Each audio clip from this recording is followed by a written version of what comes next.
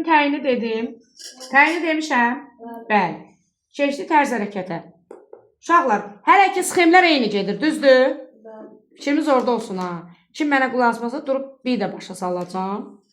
Bir də. Başa düşdüm deyənə qədər. Baxın, sxemlər eyni gedir. Fikir verirsiniz.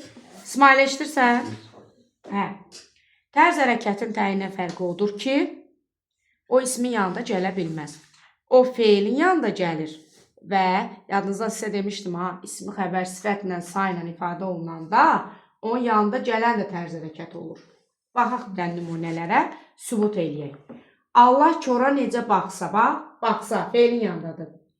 Kor da Allaha elə baxar. Ürəyi ilə. Kor Allaha elə baxar. Necə baxar? Allahın baxdığı kimi. Feilin yanındadır, gördünüz, tərs bildirir. Kərim kişi kağızı necə ki deyir, elə də yazdırıbdır.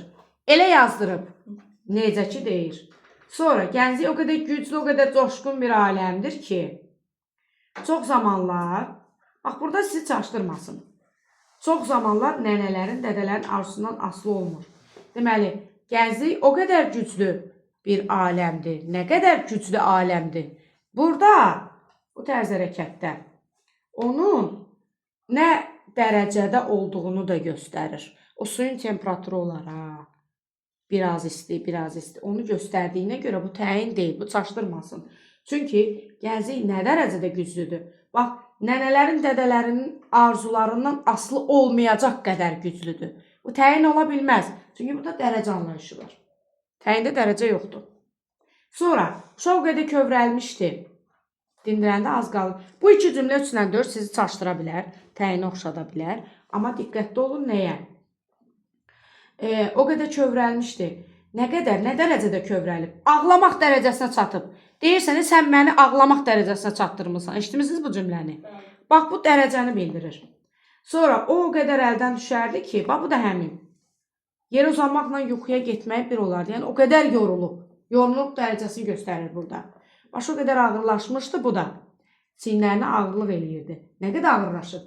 Çiyinlərinə ağırlıq eləyən qədər. Bu, o qədər sözü həm təyində var, həm tərz hərəkətdə var, həm kəmiyyətdə var. Amma təyində əşyanın, ismin qədərini göstərir. Zərflikdə dərəcə anlayışı var tərz hərəkətdə. Kəmiyyətdə isə say bildirir. Sayını bildirir. Burada amma dərəcə bildirir. Şəkil o dərəcədə gözəl idi ki, dərəcəsini göstərir. Yəni, mən ondan gözümü çəkməyəcək qədər gözəl idi. Bunu başa düşürsünüz, uşaqlar, bu dərəcə anlayışını. Sonra, uşaqlar bu axşam o qədər şən idilər. Fikir ver. Yuxarıda da 7-də də gözəl və təbiidir sifətin yanındadır. Aşağıda da sifətin yanında. Sifətin yanında olması, feilin yanında olması onun təyin yox, zərflik eləyir.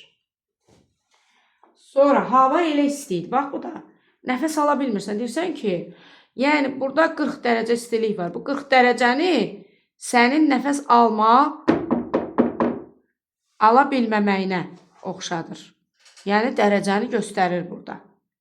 Sonra, həm də belə də tapa bilər uşaqlar. Görürsən ki, ismi xəbərin sifətlə ifadə olunur. İsti, şən. Deməli, bunun yanında təyin ola bilməz. Sən onunla nə tərzdə rəftar edirsənsə, səninlə o tərzdə. Bax, səninlə o tərzdə rəftar edirlər. Nə tərzdə?